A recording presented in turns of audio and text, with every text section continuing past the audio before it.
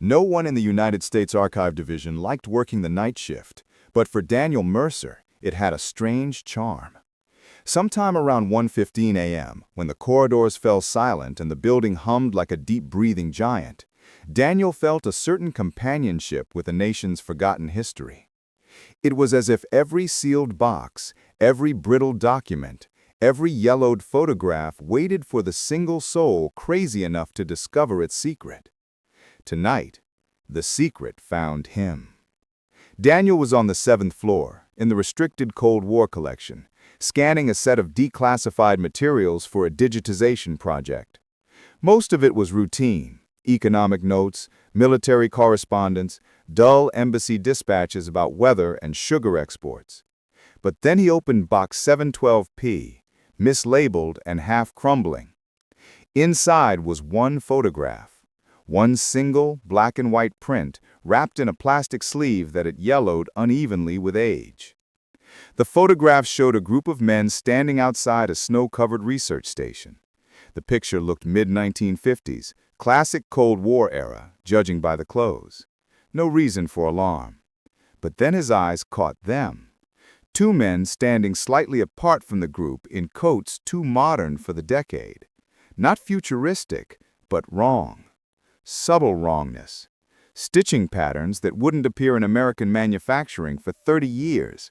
A zipper model that didn't exist until 1987. Haircuts that had no business being seen in Eisenhower's America. And the strangest part of all? One of the men looked exactly like Daniel. Not similar, not resembling, exactly. Same jawline, same left cheek freckle, same slightly uneven eyebrows. A perfect match, too perfect to dismiss. Even his posture mirrored Daniel's unconscious tilt of the shoulders. His heart began beating hard enough to distort his hearing. "This has to be a joke," he murmured. But for who would joke in the Cold War section? These archives had been sealed for 70 years. The label on the back of the photograph was typed in Cyrillic. Daniel didn't speak much Russian, but he recognized a few words.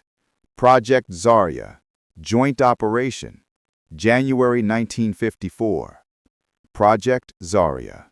He had never heard of it, not once in his 10 years as an archive researcher specializing in Cold War operations.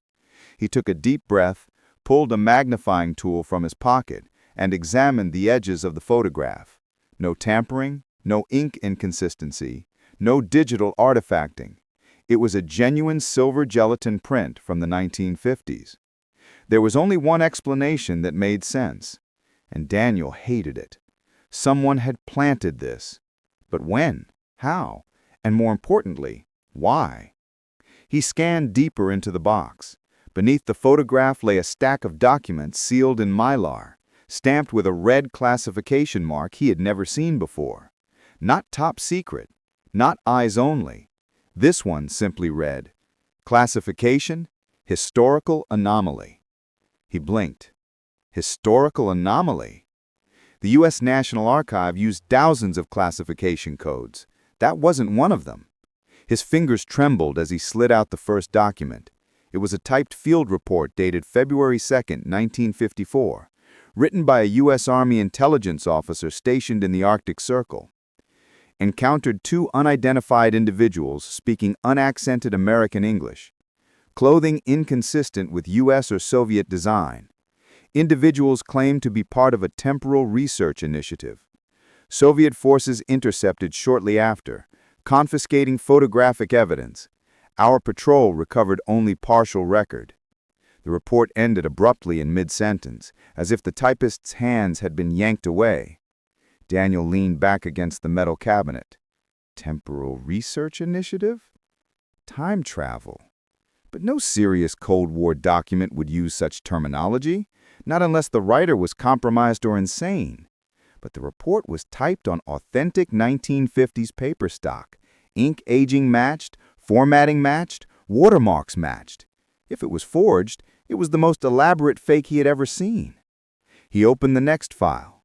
It contained a map of the Thule Air Base in Greenland, one of the most strategic American outposts during the Cold War. A red circle was drawn around a structure labeled Station K9. But the strangest thing was not the map. It was the handwritten note at the bottom, in English, in handwriting eerily similar to his own. If you found this, Daniel, it has begun. Do not trust the official version of 1954. Find the man in the picture. He knows why we were sent. Daniel's throat dried. He whispered, "This has to be impossible." Impossible or not, there it was. He needed answers immediately. He grabbed the photograph, the map, and the field report and hurried toward his supervisor's office. Dr. Helen Foster had worked at the archives for nearly 40 decades. If anyone knew whether these documents were part of some abandoned intelligence experiment, it was her. But as he approached, he heard her voice, hushed, urgent, not like her usual calm demeanor. And another voice responded, a man, deep, military tone. Daniel froze a few feet from her half-open door. "Yes, Agent Foster," the man said. "We have confirmation that Box 712P was accessed." Helen replied, "That box was never supposed to be included in the digitization sweep."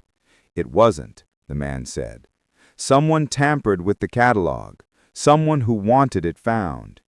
Daniel clutched the documents tighter. The man continued, voice turning colder. "We need to secure the area before he contacts anyone. Protocol demands containment." Containment. A word that never meant anything good. Helen spoke again, hesitant. "He's a researcher, not a threat." "Everyone connected to Project Zarya is a threat," the man said, "even if they don't know it yet." Daniel backed away step by step. They were talking about him. He turned and hurried down the hall, heading toward the emergency stairwell. His mind raced. Project Zarya was real. The photograph was real. Someone who looked exactly like him had been in 1954. And now the U.S. government, his own institution, was moving to contain him for simply discovering it. As he reached the stairwell door, alarms blared across the building. A metallic voice echoed through the speakers. "Security lockdown initiated. All personnel remain where you are." Daniel swore under his breath. He yanked open the stairwell door and sprinted downward. On the third-floor landing, heavy footsteps echoed above, multiple boots. Agents. Whoever that man in Helen's office was, he wasn't a regular security officer. Daniel burst out into the loading bay on the ground floor and ducked behind a parked maintenance van. A black SUV screeched to a halt outside the gate. Men in tactical gear exited, unmarked uniforms, no badges. Not archive security, not FBI, something else. One of them spoke into a radio. "Target last seen on level 7. He has the artifact files. Order is to retrieve or neutralize." Neutralize. Daniel's pulse slammed. He scanned frantically for an escape route. The loading dock had a side exit, but it was locked electronically during a lockdown. The only way through was... He looked up. A maintenance ladder leading to the roof. He climbed. The metal rungs rattled as he ascended, carrying the stolen photograph and files in his jacket.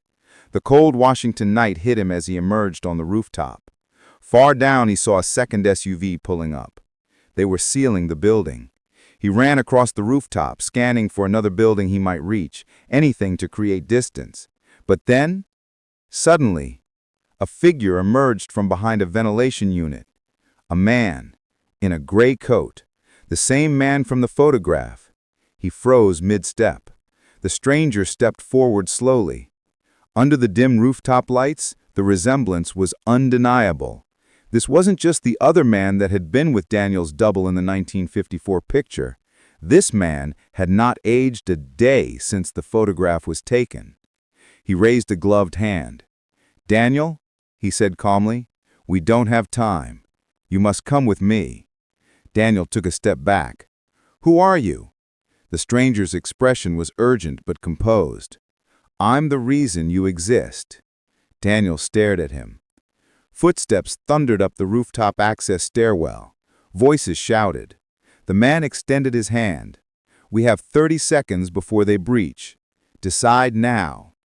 Daniel hesitated. files in hand, heartbeat exploding. Every part of his rational brain screamed to run, but another part whispered, "He knows the truth." So Daniel stepped forward. The man nodded once and pressed a small metallic device on his wrist. The world shattered into light. For a moment, Daniel felt as if every nerve in his body had been pulled inside out, the sensation of falling without gravity, of drowning without water. Light folded around him in impossible angles, stretching, bending, becoming blinding 1 second, and ink black the next. Then, a snap, a pressure shift, a silence so absolute it rang. He collapsed onto cold metal flooring. His lungs seized as if he'd stepped into thin, high-altitude air. He coughed violently, palms slapping the ground until sensation returned to his fingers. When his vision cleared, the alarm blared with a tone Daniel had never heard in his life, shrill, metallic, layered with an unnatural vibration that seemed to rattle his bones. The lights dimmed, then surged bright red, casting the entire station in a pulsing glow. Elian tightened his grip on Daniel as technicians scrambled across the command floor. Mara rushed to the central console. "Confirm breach origin." A young analyst, pale and trembling, scanned a holographic feed. "Reading a displacement field forming inside our continuum shell. 2 signatures. No, 3. Mara leaned in. "Identify." The analyst swallowed. "All 3 match constant profile markers." He turned slowly toward Daniel. "Matches yours." Daniel froze. "My what?" Elian answered darkly. "Your quantum signature, your pattern. It's like a fingerprint across timelines." Another analyst shouted, voice rising with panic. "The signatures are not from baseline reality. These are external entries, from collapsed branches." Mara's eyes flashed. "Collapsed branches shouldn't have living refugees." "They shouldn't," Elian said grimly, "unless something forced them here." A deep hum vibrated through the floor, the sound of space flexing. The holographic map of the station flickered violently, static washing through it.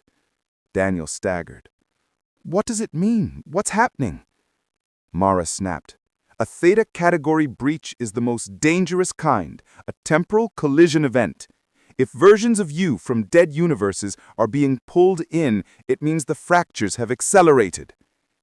Elian leaned close to Daniel. "The continuum is panicking.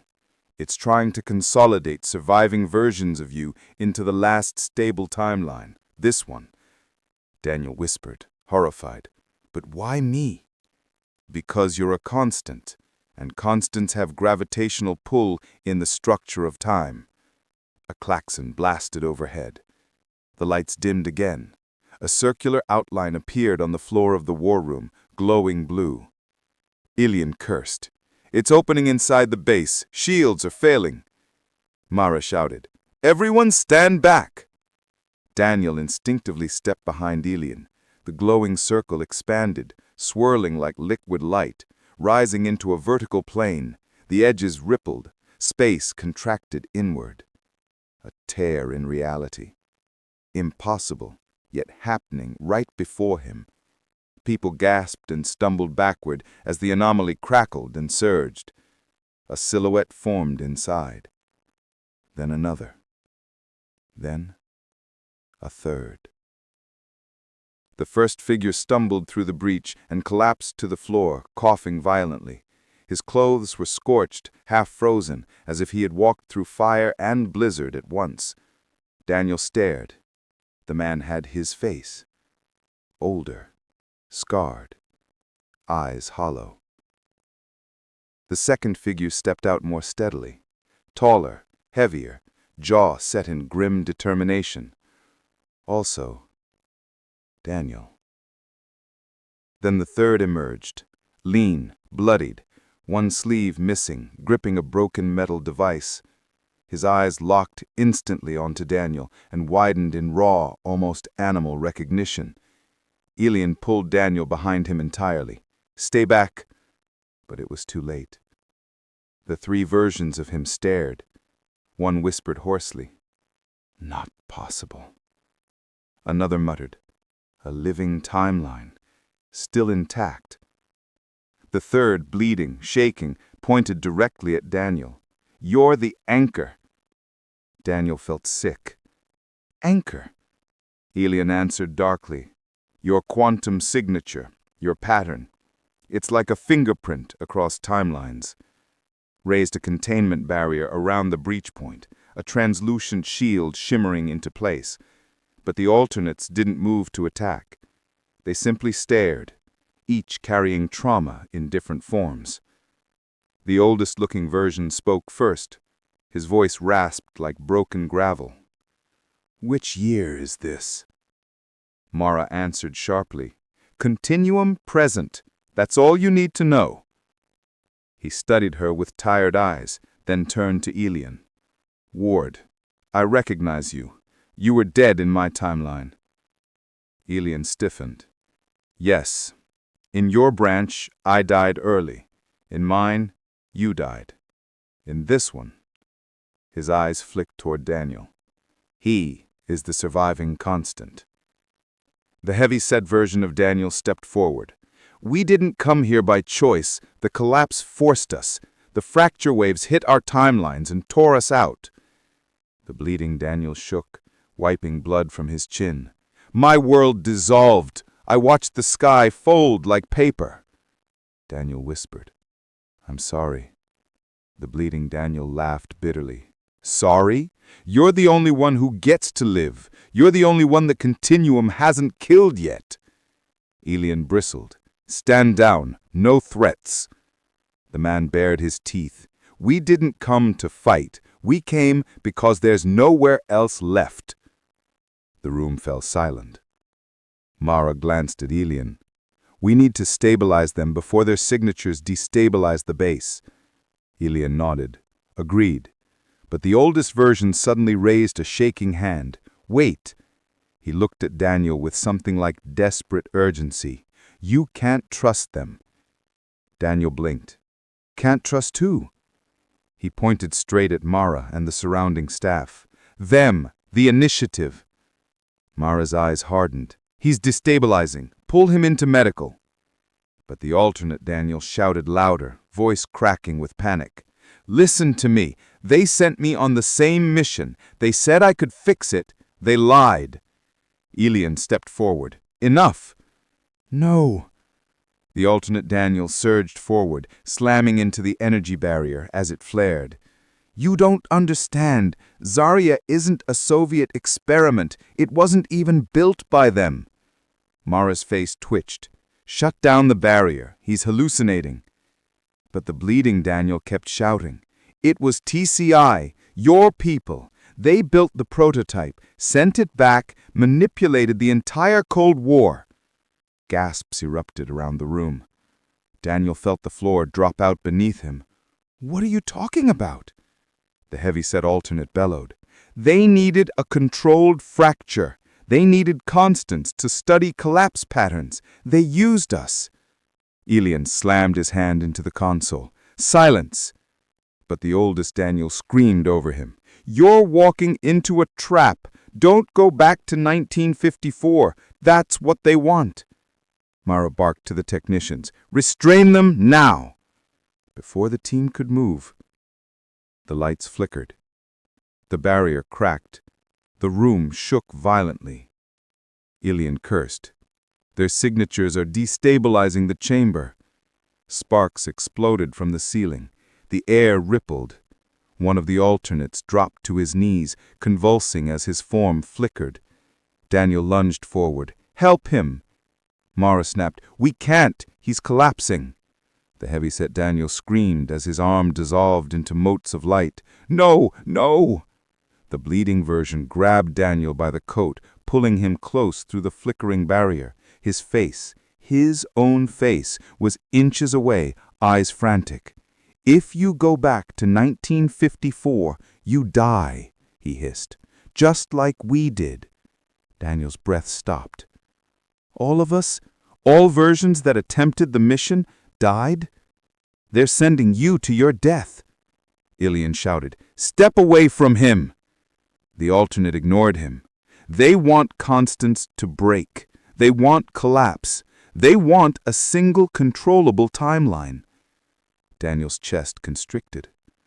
Why would they do that? The alternate roared. To control history, to own the continuum. They don't save timelines, they harvest them. Mara yelled, "Cut the breach!" Ilian moved, slamming his palm into a panel. A blinding surge of energy shot downward, collapsing the tear. The alternates screamed, and were gone. Just gone. Erased. Erased like they had never existed.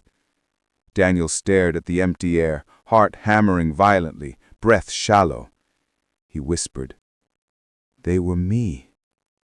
Ilian put a hand on his shoulder. "I'm sorry." Daniel jerked away. "Are they telling the truth?" Mara's voice was cold. They were collapsing, hallucinating. Nothing they said was credible. Daniel turned to Ilian, panicked. "You said TCI was trying to save the continuum. They said you caused the fracture." Ilian hesitated. A tiny hesitation. Daniel saw it and stepped back. "Ilian?"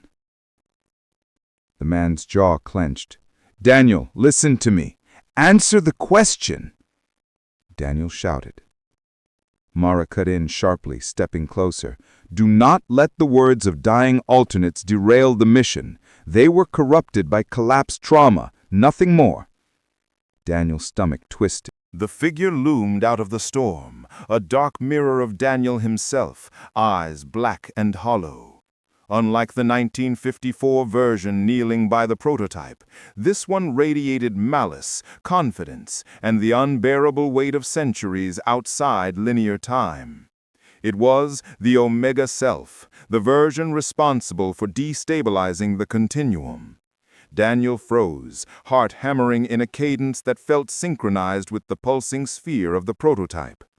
Every instinct screamed to flee, but the temporal wristband thrummed violently on his arm, reminding him that fleeing was not an option.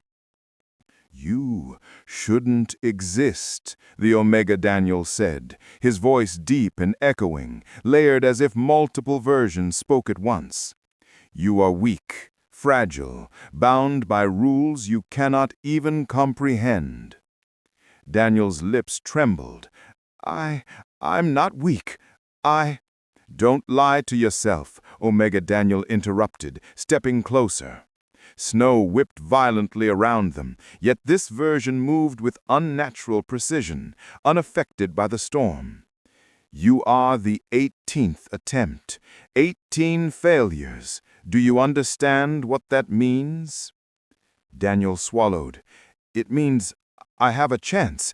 That's why I'm here."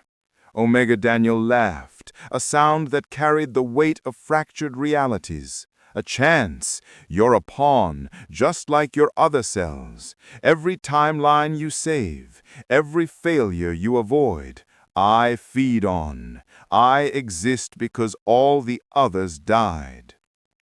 Daniel's fists clenched. "Then I'll make sure you don't exist." For a moment, the storm seemed to pause, the wind holding its breath. Daniel realized he couldn't fight this version physically. It was a temporal entity, existing across multiple realities at once.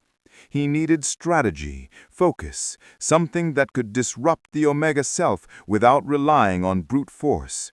His eyes darted to the prototype, the glowing sphere pulsing violently, almost like a heartbeat. The machine was the anchor of this entire operation. If he could stabilize it, he might create a temporal anchor strong enough to repel the Omega Daniel. Steeling himself, Daniel whispered to the 1954 Daniel, "Stay low. Don't move until I give you the signal." The older Daniel looked up, eyes wide with confusion. Who are you?" "I'm you, from the future. Trust me." The 1954 Daniel hesitated, then nodded. He crouched behind a large crate near the prototype, hands trembling as he studied the strange machinery. Daniel turned back to the Omega self. You won't take this timeline. You're going to end today. The Omega Daniel's form rippled, shifting, becoming partially transparent. Try me. Daniel activated the temporal wristband fully. A silver tether of energy shot from his arm to the prototype, anchoring him in both the present continuum and the future station K9. The Omega Daniel recoiled slightly, as if sensing the connection. You're using the anchor, Omega hissed. Fool, you can't manipulate the continuum alone. Daniel focused every ounce of concentration. The wristband allowed him to synchronize his presence with the prototype's energy field. Slowly, he moved forward through the snow, keeping his steps low, deliberate. The Omega Daniel mirrored him, gliding across the terrain with unnatural speed, always one step ahead. Then Daniel realized the Omega self wasn't just trying to attack him, it was drawing energy from the prototype itself. The sphere pulsed violently with every step, feeding the Omega Daniel and threatening the stability of the entire 1954 timeline. He had to act. He remembered Mara's briefing, destabilizer charges. The 1954 Daniel had none, but the wristband allowed temporal displacement of small objects. Daniel focused, pulling one of the destabilizers from his satchel, a small, sleek cylinder of temporal engineering, toward himself. He planted it carefully at the base of the prototype. The device hummed softly, syncing with the sphere. The Omega Daniel noticed immediately. He surged forward, eyes blazing. No! Daniel braced himself. At the last second, he pressed the activation button on the destabilizer. A wave of synchronized energy shot into the prototype, stabilizing its fluctuating pulse. The sphere dimmed slightly, humming steadily now instead of violently. The Omega Daniel screamed, staggering back as if physically wounded. Daniel didn't stop. He activated the wristband again, extending the anchor's tether directly into the prototype. The energy pulse began to repel the Omega self, creating a temporal buffer that the intruder could not penetrate. The snowstorm intensified, lightning cracking across the Arctic sky. The 1954 Daniel watched in awe as his future self manipulated forces beyond comprehension. The Omega Daniel howled, its form destabilizing, flickering like a broken hologram. You can't survive this! I already have, Daniel said firmly, planting his feet and holding the wristband steady. For a tense, frozen moment, nothing happened. Then the Omega self screamed and shattered into countless fragments of flickering light, dispersing into the snow like smoke in the wind. Each shard seemed to dissolve into the very snow, leaving no trace behind. Daniel sank to his knees, breathing heavily, chest pounding. The storm slowly began to abate, and the prototype's pulse settled into a stable, steady glow. The Arctic night fell quiet, almost peaceful, for the first time since he arrived. He looked up. The 1954 Daniel was staring at him, eyes wide with reverence and confusion. You saved me, he said softly. Daniel extended a hand. No, you saved us all, but there's still work to do. The fractures haven't fully healed. The 1954 Daniel nodded. What now? Daniel glanced at the prototype. Its stabilized pulse was a temporary reprieve, not a permanent fix. We finish the mission, we make sure the timeline is secure, and we prevent any future Omega-level events, one step at a time. He activated the destabilizer fully, sending a controlled surge into the sphere. A holographic map of time shimmered briefly in the snow, the Arctic base, the red fracture zones, and the converging timelines, all aligning in a moment of perfect synchronicity. Elian's voice echoed faintly in his mind via the wristband. Good work, Daniel. Now extract yourself and your 1954 self. Get home. The continuum is beginning to stabilize. Daniel nodded, adrenaline coursing through him. But as he glanced at the horizon, the storm cleared, revealing a haunting aurora, green and violet ribbons of light swirling unnaturally in the sky. He whispered to himself, "This isn't over." Even as the prototype stabilized, Daniel knew the continuum was fragile. Omega events were rare, but inevitable, and constants, no matter how determined, were still vulnerable. Yet for the first time, he felt a flicker of hope. He had faced himself, faced death, and survived. The mission was far from over, but he had proven one crucial truth. A constant can endure, even when reality itself tries to erase him. The Arctic night stretched endlessly, painted in violet and green from the lingering aurora. The prototype glowed steadily, no longer thrashing violently like it had moments ago. The storm had calmed, leaving a brittle silence, only broken by the soft whine of the wind and the occasional cracking of ice underfoot. Daniel stood beside the 1954 version of himself, both of them drenched in snow and sweat, faces streaked with grime. For a brief, fragile moment, he allowed himself to breathe.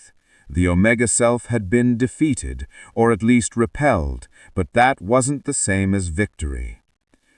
"Are you okay?" the younger Daniel asked, his voice barely above a whisper. Daniel nodded, though every fiber of his body still trembled. "I will be. You need to stay here and make sure the prototype remains stable until extraction." The younger Daniel blinked, fear and awe swirling in his eyes. How did you—" "No questions. Right now, survival comes first." But even as he said it, Daniel felt the weight of the continuum pressing down on him. The wristband thrummed softly, a reminder of the anchor still tethering him to Station K9, and through it to the present day. Time itself was fragile, like a thin sheet of ice that might crack with the slightest pressure. He scanned the horizon. The snow-covered peaks stretched endlessly in all directions, but something felt wrong. Too quiet. Too perfect. "Daniel," the younger Daniel said, voice trembling again, "do you think it's really over?" Daniel shook his head. "Not even close. Omega events don't just disappear. They evolve, adapt. That's why I need to get back. We need to stabilize the timeline." The light dissolved slowly, leaving Daniel blinking against the sterile blue glow of Station K9. His knees buckled as he stepped out of the temporal chamber, his breath shallow and uneven. The hum of machinery and the faint beeps of consoles grounded him in the present, but something felt wrong. The base was eerily quiet, too quiet. "Ilian?" Daniel called out, voice echoing through the empty halls. No answer, only the faint hiss of the ventilation and the soft flicker of lights. The temporal wristband hummed gently, tethering him to the 1954 timeline he had stabilized, but there was no one else here to welcome him. He moved cautiously through the corridors, every step echoing unnaturally. Computers still blinked, and screens projected timelines, but most were frozen, glitching in loops. He approached the main command center and froze. Inside, the lights flickered violently, panels displayed anomaly readings he had never seen before. And at the center of it all, a figure sat calmly behind the primary console. Mara, but not as he remembered her. She looked colder, eyes sharper, lips pressed into a thin line. Her uniform was flawless, insignia gleaming, but the air of warmth and human presence he had known before was gone. "Daniel," Daniel called out, voice echoing through the empty halls. No answer, only the faint hiss of the ventilation and the soft flicker of lights. The temporal wristband hummed gently, tethering him to the 1954 timeline he had stabilized, but there was no one else here to welcome him. He moved cautiously through the corridors, every step echoing unnaturally. Computers still blinked, and screens projected timelines, but most were frozen, glitching in loops. He approached the main command center and froze. Inside, the lights flickered violently. Panels displayed anomaly readings he had never seen before. And at the center of it all, a figure sat calmly behind the primary console. Mara, but not as he remembered her. She looked colder, eyes sharper, lips pressed into a thin line. Her uniform was flawless, insignia gleaming, but the air of warmth and human presence he had known before was gone. "Mara," she said, voice smooth and controlled. "You made it back." Daniel's stomach tightened. "Mara, where is everyone else? Where is Ilyin?" She tilted her head slightly. "Ilyin is indisposed. The Omega Surge weakened him, and the events in the Arctic took their toll. He's not coming back." Daniel's chest clenched. "What do you mean indisposed? He risked everything for me." Her expression didn't waver. "And that was predictable." Daniel narrowed his eyes. "Predictable?" She leaned forward, fingers steepled. "Daniel, you've done exactly what we hoped. You stabilized the 1954 prototype. You anchored the timeline, and you returned safely. But there's more work to do." Daniel felt a creeping unease. "More work?" Mara's eyes glinted with something he didn't recognize. "There are fractures remaining, Daniel. Not all constants survived. Not all branches are secure. TCI has plans to correct them permanently." Daniel stepped back. "Correct them? Permanently? What does that mean?" Mara's lips curved into a faint, controlled smile. "It means that certain constants, unstable ones, unnecessary ones, will be removed for the good of the continuum." Daniel felt the floor tilt beneath him. "Removed? You're talking about killing them?" Mara's tone was calm, clinical. "Necessary, efficient, ordered." Daniel's mind raced. Kane's words from the Arctic returned. "Constants are tools, not guardians. The continuum should be shaped, not preserved." He clenched his fists. This is what he meant.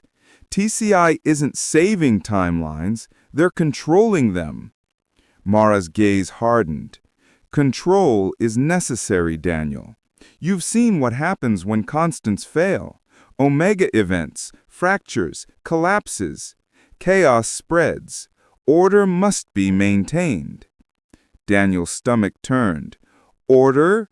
By killing people? By rewriting history?" Mara's smile widened slightly. "We preserve the prime timeline. All others are expendable." Daniel realized with horror that the very organization that had guided him, trained him, and sent him into 1954 had a darker agenda than he had ever imagined. "An Ilyin," he said quietly, voice tight with betrayal. He trusted you." Mara's expression softened just a fraction. Ilyin was sentimental, inefficient. The continuum cannot afford sentimentality. Daniel staggered backward, mind reeling. "You're monsters, all of you." Mara's calm demeanor shifted into something sharper, commanding. "Daniel, focus. You are still a constant, and because you survived, you have a role. Help us. Assist in securing the remaining fractures, or—" "You'll kill me, too?" Daniel finished for her. She did not flinch. "If necessary, but your loyalty is us preferable." Daniel's blood ran cold. He felt every failure of his past selves, every one of the 17 Daniels that had already died during Operation Echo Point, and realized the pattern. Each attempt, each death had been observed, catalogued, and studied. Not to preserve the continuum, but to shape it for TCI's control. He clenched his jaw. "No, I won't be part of this. I saved 1954, I saved the continuum, and I'll be damned if I help you slaughter Constance for your so-called order." Mara's calm smile returned. "Then you leave me no choice." Before Daniel could react, alarms blared, red lights flashed violently, holographic projections of timelines shimmered, revealing new fractures forming, some blinking red as if alive. Daniel realized that the wristband tether, the anchor connecting him to the 1954 prototype, could be his only leverage. He focused on it, drawing energy from the stabilized Arctic timeline. The silver tether expanded, glowing with intensity, pushing against the corrupted readings in Station K9. Mara's eyes widened. What are you doing?" Daniel didn't answer. Instead, he surged forward, using the wristband to extend the temporal anchor through the base, stabilizing immediate fractures and forcing the station's systems to recognize his continuity. The console lights flickered violently, some systems shutting down, some rebooting, as if the station itself was choosing him over her. Mara hissed, "You can't! This is impossible!" "I am the constant. I endure. Not you, not TCI, not your control." The holographic timeline stuttered, red zones shrinking, stabilizing where the 1954 mission had anchored them. Daniel could feel the weight of countless worlds in his chest, their collective pressure demanding he succeed.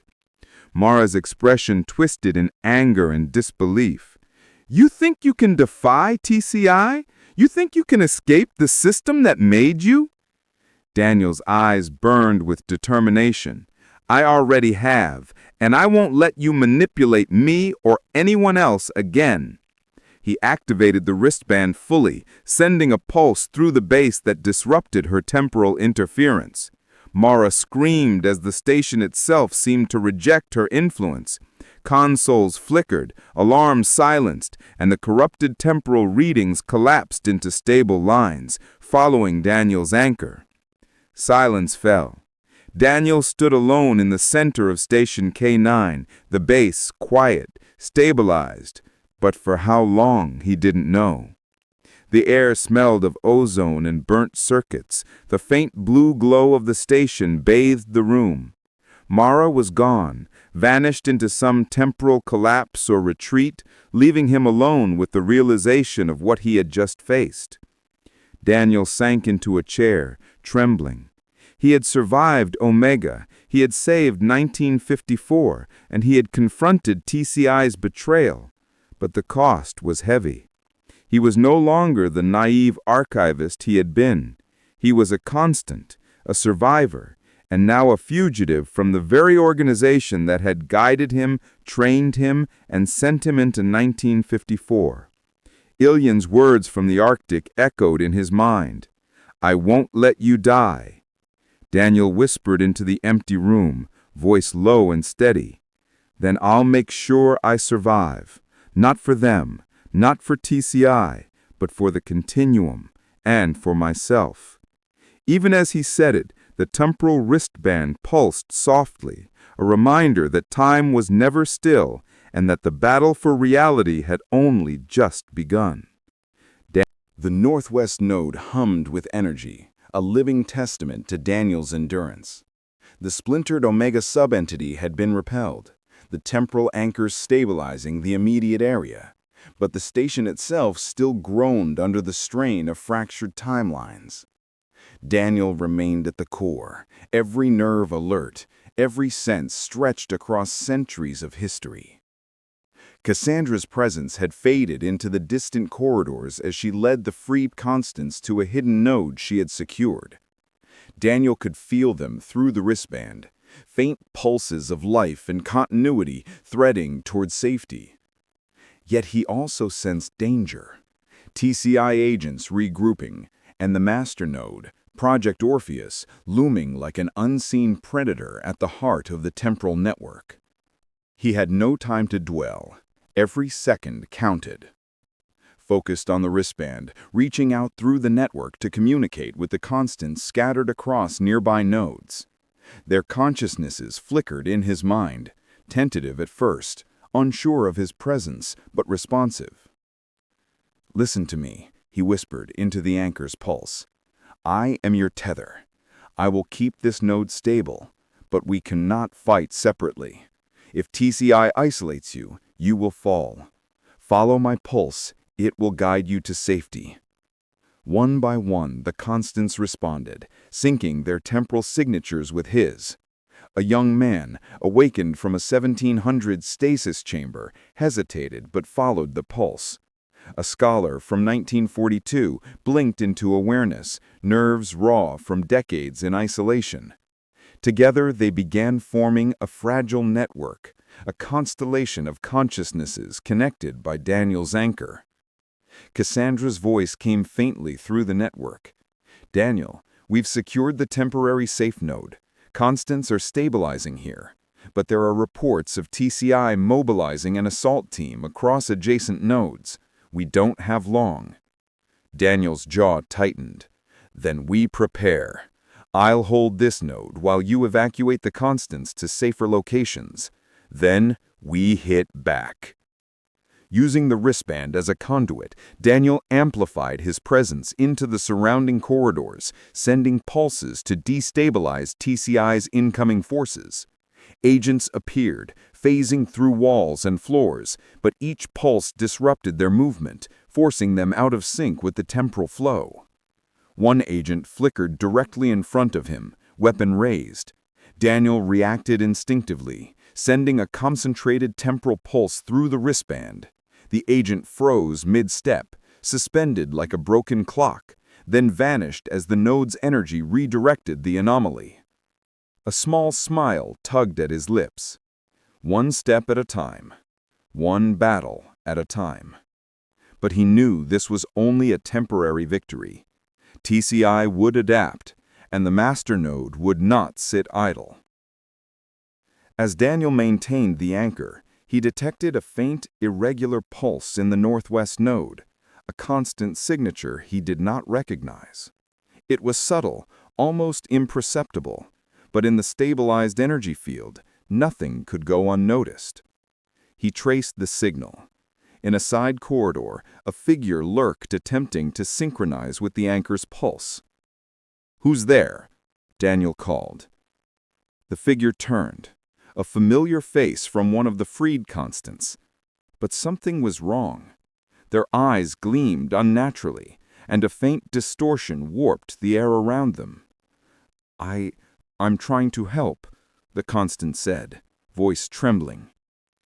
"No, you're trying to siphon energy from the anchor. TCI must have corrupted you." The constant hesitated, then nodded slowly. "Yes, they promised me power. I thought I could control it, but I can't resist their pull." Daniel's pulse quickened. "You have a choice. Stay loyal to TCI and the node collapses, or fight alongside us, help the constants, and survive." The constant swallowed, trembling. I'll help." Daniel extended his will through the wristband, stabilizing the rogue constant's presence. Together, they reinforced the anchor, creating a stronger field. Even in this small victory, Daniel realized the challenge ahead. Not all constants could be trusted, and TCI's corruption ran deep. No sooner had they stabilized the anchor than Daniel felt a familiar ripple. The splintered Omega self was returning. Unlike before, it wasn't a single entity. It had fragmented into multiple sub-entities, each carrying a fragment of Kane's influence and temporal manipulation. "They won't stop," Daniel whispered, pulse quickening. "Even if we survive today, they'll be back."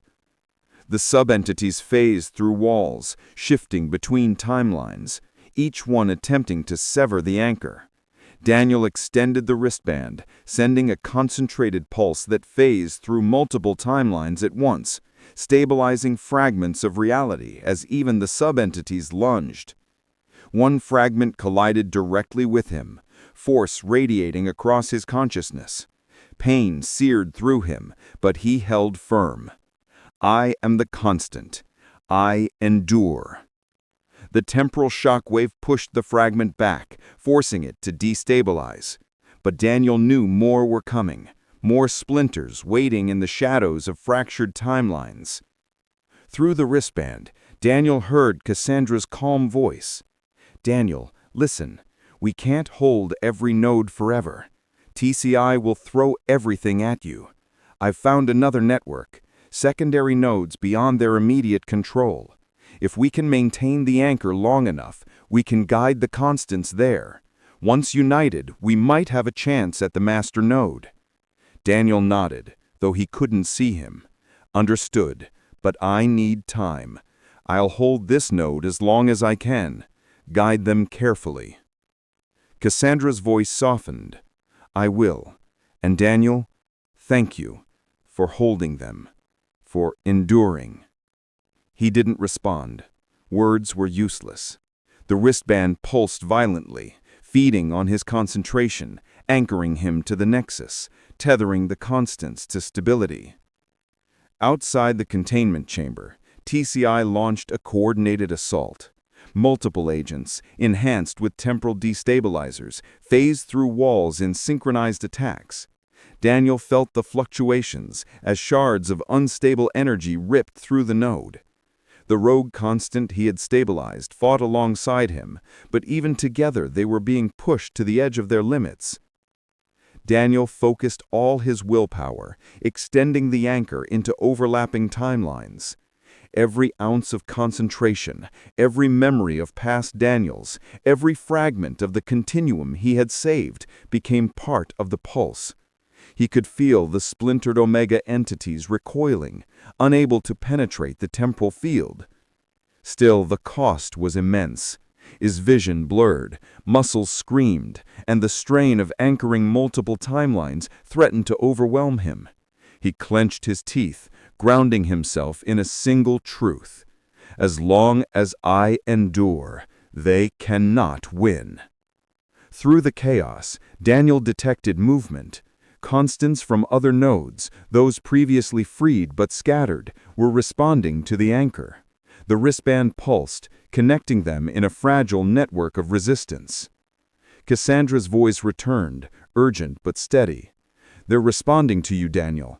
The network is forming. If we can stabilize them at the secondary nodes, we can mount a counterattack at the master node. Daniel allowed himself a brief surge of hope. They were not entirely alone. Not all constants had fallen. The network of resistance was forming, fragile but real. He braced himself as the splintered Omega entities regrouped for another strike. The temporal storm intensified around him, walls shimmering, energy fields flickering, and alarms blaring. Daniel whispered to himself, "Then let them come. I am the constant. I endure." And with every ounce of strength, he poured his consciousness into the anchor, stabilizing the northwest node, while the scattered constants, guided by Cassandra, began moving toward safety. The battle was far from over, but for the first time, Daniel felt a glimmer of control, a thread of hope in the storm of TCI's machinations. Daniel sat at the temporal core of the northwest node, every fiber of his being buzzing with the hum of the wristband. The splintered Omega entities had retreated for now, but he knew it was only a temporary respite. TCI would adapt, regroup, and strike again. Through the wristband, he could sense the constants scattered across multiple nodes. Some had followed Cassandra to her hidden safe node. Others remained trapped or isolated, and a few were still in danger of TCI recapture. The network was fragile, a series of flickering pulses barely connected by his will, yet it was alive. Daniel knew that if he could link enough nodes together, create a network of constants working in synchrony, they might finally have leverage against Project Orpheus. He focused, extending the wristband's energy through the stabilized node. The network of nodes pulsed with life, a fragile lattice connecting constants across space and time. Daniel stood at the northwest node, his pulse synchronized with dozens of awakened minds. The splintered Omega entities had retreated, but their presence lingered like shadows, waiting for a weakness. Cassandra's voice came through the wristband, calm yet urgent. Daniel, we need to consolidate the constants before TCI adapts. The master node is not waiting, and neither will the Omega fragments. Daniel nodded, though she couldn't see him. His eyes scanned the stabilized corridors of the northwest node, now glowing with silver energy. Understood. We maintain the anchor and we consolidate the network. But I have a feeling we're not the only ones planning moves. As the constants began following the anchor, Daniel noticed a subtle irregularity. One of the newly freed constants, a scholar from 1942, had a pulse that flickered in dissonance with the network. Something's wrong, he whispered to himself, focusing on the signature. The scholar approached another node independently, diverging from the coordinated path. Daniel extended the wristband's pulse to reach him. Stop! Follow the anchor! You're destabilizing the network. The scholar turned, eyes wide and fearful. I can't. They promised me. Protection. If I follow you, they'll erase me. Daniel felt a surge of frustration. They don't care about you. They never did. You've been free, and now you have a choice. Stand with us or fall with them. The scholar hesitated, trembling. Finally, his pulse synced with the network. But Daniel knew this distrust would ripple through the constants, complicating coordination in the coming battle. Through the wristband, Daniel detected movement. Highly specialized TCI units, elite temporal counterforces were converging on the nodes. Unlike the previous agents, these operatives could phase through multiple timelines simultaneously, and their weapons were designed to exploit the anchor's energy. They're not just coming for the nodes, they're coming for me, Daniel muttered. The wristband hummed violently in response, a warning of temporal strain. Cassandra's voice cut in. We've anticipated this. If we hold the network long enough, the master node will reveal itself. But Daniel, the counterforces are adaptive. They'll exploit any hesitation. Daniel clenched his teeth. Then we don't hesitate. We endure. As the counterforces closed in, Daniel detected an anomaly within the wristband's lattice, a hidden signature embedded deep in the network. It was subtle, almost imperceptible, but it carried a familiar rhythm. TCI had left a failsafe. He traced it, heart pounding.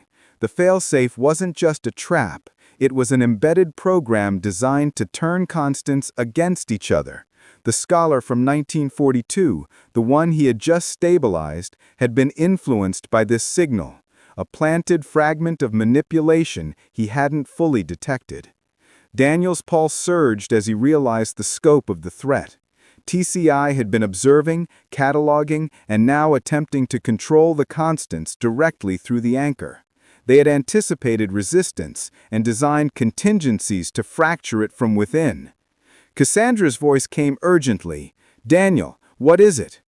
They have left a failsafe. It's designed to fracture the network from inside. If we don't neutralize it, some constants may betray us during the master node assault.